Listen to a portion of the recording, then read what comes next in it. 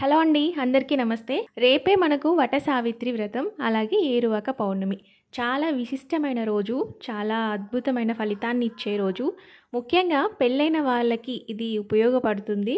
ఎలా అంటే సౌభాగ్యాన్ని కాపాడుకోవడానికి ఒక అద్భుతమైన అవకాశం అన్నమాట. ఏరువాక పౌర్ణమి గురించి, వట సావిత్రి వ్రతం గురించి ఈ వీడియోలో క్లియర్గా తెలుసుకుందాం.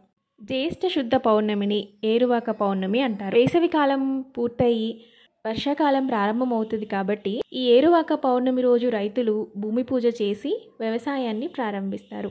2025లో మంగళవారం జూన్ 10వ తేదీ ఉదయం 10 గంటల నుంచి పౌర్ణమి తిథి ప్రారంభమై బుధవారం 11వ తేదీ మధ్యాహ్నం 12 గంటల 22 నిమిషాల వరకు ముగుస్తుంది. ఏ పండగైనా కూడా సూర్యోదయంలో ఉన్న తిథిని పరిగణలోకి తీసుకొని జరుపుకుంటాం కాబట్టి ఈ ఏరువాక పౌర్ణమి బుధవారం రోజు జరుపుకోవాలి.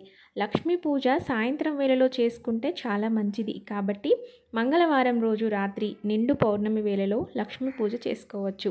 ఏరువాక పౌర్ణమి రోజే వట సావిత్రి వ్రతం కూడా జరుపుకుంటారు.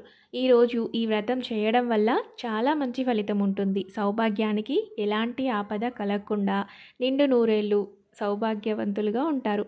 ఈ వ్రతాన్ని ఎలా చేయాలి, అసలు ఈ వ్రతం ఏ విధంగా మొదలైందో ఇప్పుడు తెలుసుకుందాం.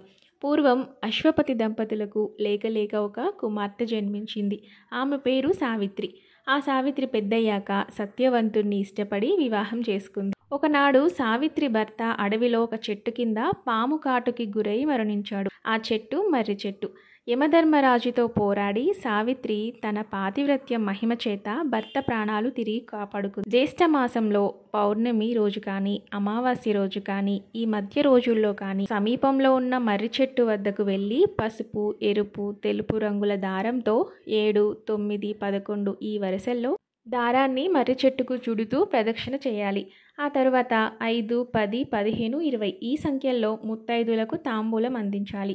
ఈ వ్రతంలో ముత్తైదులకు అందించే తాంబూలంలో ఏదైనా సరే 3 సంఖ్యల్లో ఉండేలా చూసుకోవాలి. జీవుడు, ప్రకృతి, ఈశ్వరుడు అని ఈ 3 సంఖ్య యొక్క అర్థం.